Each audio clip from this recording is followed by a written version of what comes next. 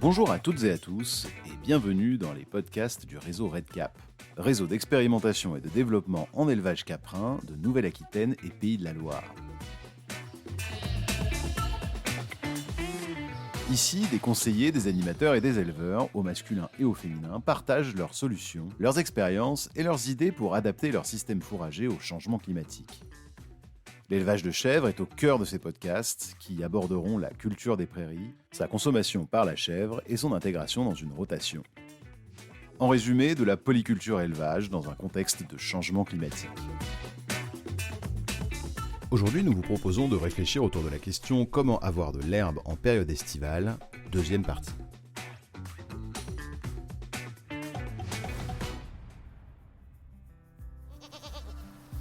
Donc, dans un premier épisode, nous avons vu avec Jérémy Jost, animateur du réseau RedCap, et avec Philippe Torret, animateur de Cap Pradel, deux solutions pour avoir de l'herbe verte en été, avec la luzerne, le sorgho et les dérobées estivales.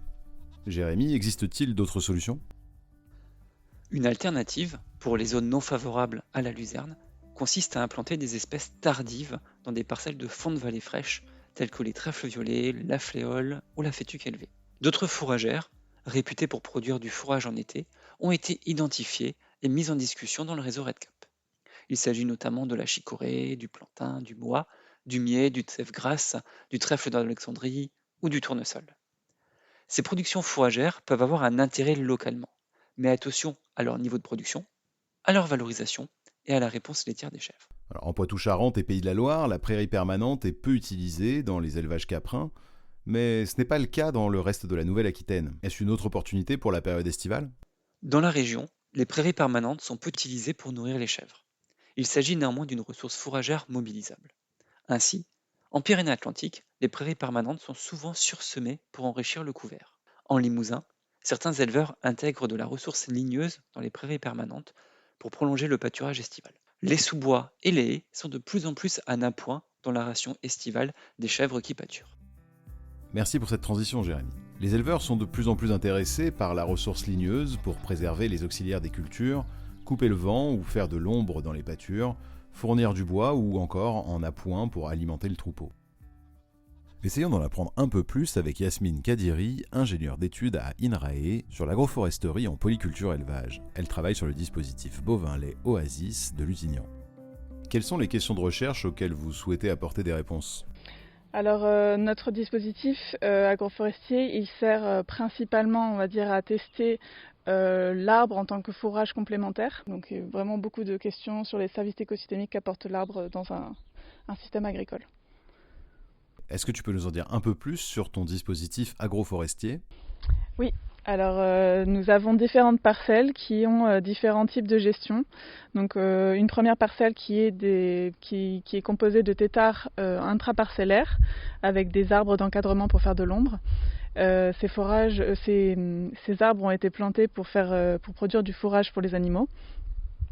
Donc ils ont été taillés de différentes manières, donc soit un tétard à 50 cm, soit à 80 cm. Pour voir ce qui était le plus adapté pour nos vaches laitières.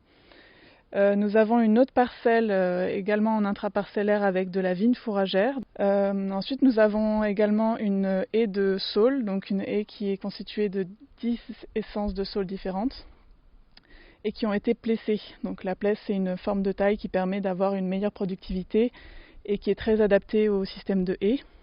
Ensuite, nous avons une autre parcelle, toujours en intraparcellaire, mais avec différentes densités d'arbres, donc des lignes simples, des lignes doubles et des lignes triples, composées d'arbres pour faire de l'ombre, mais également pour faire du fourrage, type buissonnant ou type tétard. Donc ça, c'est plutôt une parcelle démonstrative dans laquelle on a pu tester différentes modalités et différentes essences.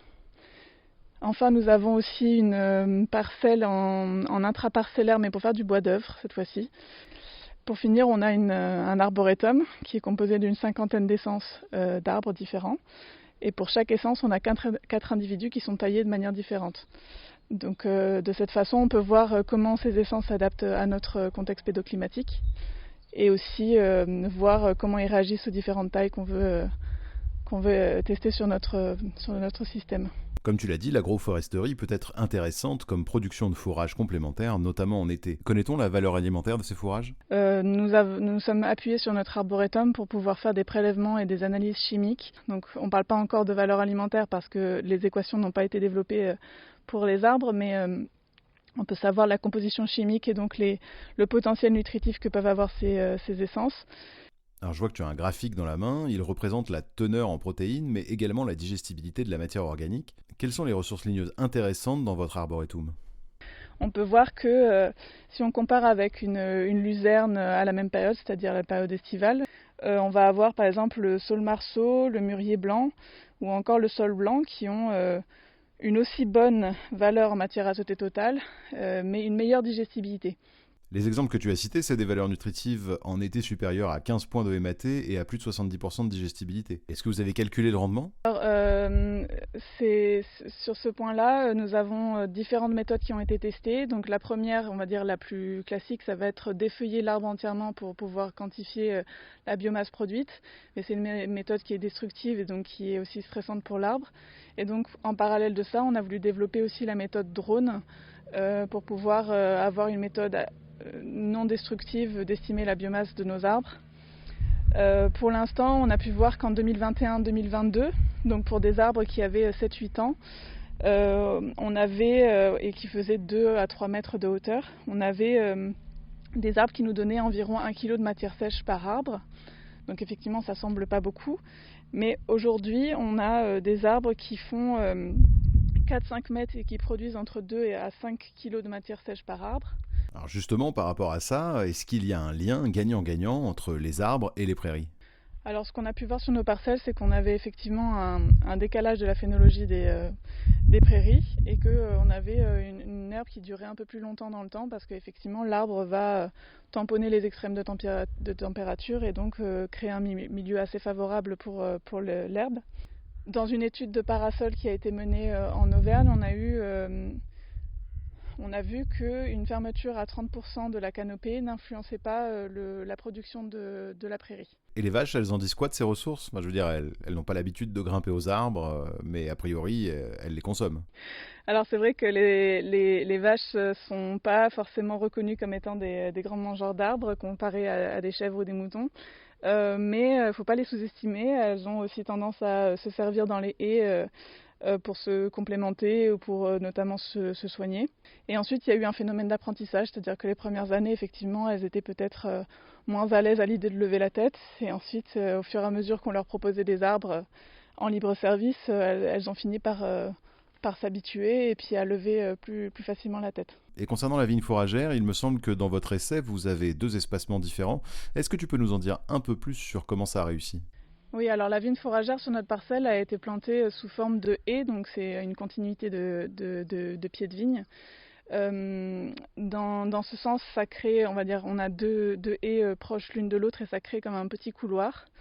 Ces couloirs-là sont assez appréciés par les vaches parce que assez sans doute fraîches en période estivale et avec un peu plus d'ombre. Effectivement, nous avons testé des hauteurs à 1 mètre ou à 2 mètres, voir s'il y avait une différence pour les vaches, pour l'ombrage et également pour la reprise de la vigne, parce qu'on pense souvent à l'intérêt de l'animal, mais il faut voir aussi la résilience de l'arbre et la reprise derrière. Et dans les prochains travaux qui vont être menés, il me semble qu'il va y avoir des travaux d'éthologie qui sont prévus ? Oui, effectivement, il y a déjà en 2021-2022 un premier essai qui a été mené sur 4 essences, donc l'aulne de Corse, l'orme lutèce, le mûrier blanc et le frêne commun, où on a pu observer des préférences alimentaires pour les vaches, donc en pâturage direct sur les têtards. On a vu que l'orme lutèce par exemple était très apprécié, suivi du mûrier blanc et puis vraiment en dernier le frêne et l'aulne. Donc encore une fois, ça ce sont des données à remettre en contexte avec notre troupeau et nos arbres parce que on retrouvera pas forcément les mêmes comportements dans d'autres troupeaux.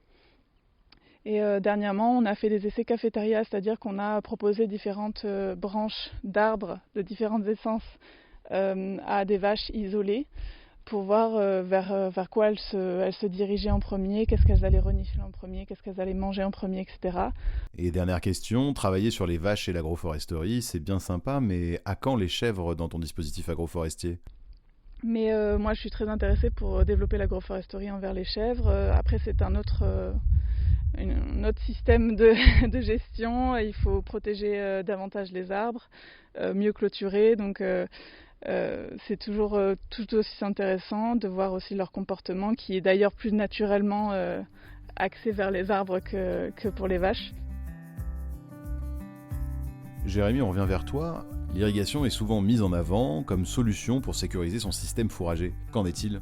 L'irrigation est une solution de sécurisation pour l'implantation ou la conduite de certaines cultures fourragères en été, telles que la luzerne ou le sorgho que nous avons explicité précédemment. Néanmoins, le coût, d'un point de vue temps de travail, investissement et fonctionnement, est à prendre en compte.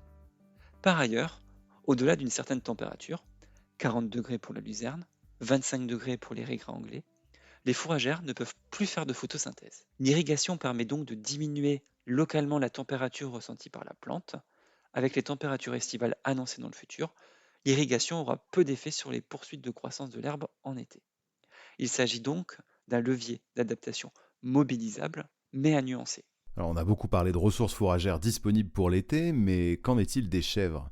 Faut-il adapter leur conduite et leur alimentation en été, notamment pour les troupeaux pâturants ? Tout à fait. Les chèvres vont également être impactées par les canicules estivales. Si c'est possible, s'il y a de l'herbe à pâturer, il peut être intéressant de faire sortir les chèvres soit tôt le matin, soit en début de soirée, des périodes qui sont généralement plus fraîches. En été, il faudra sûrement prévoir un retour en chèvrerie durant une période plus ou moins longue.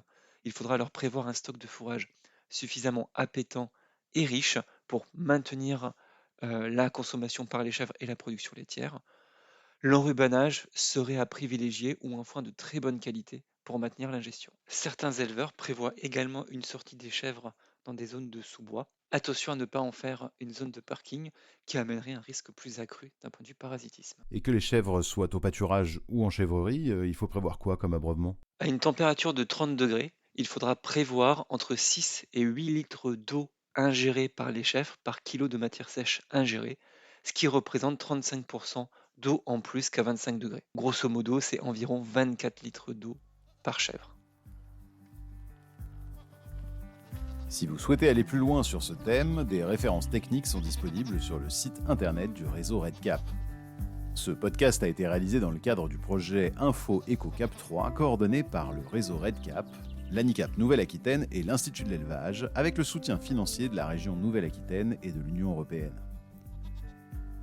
Réalisation Jérémy Jost et Servane Leclerc, montage Philippe Berthet, propos recueillis en 2024 et 2025.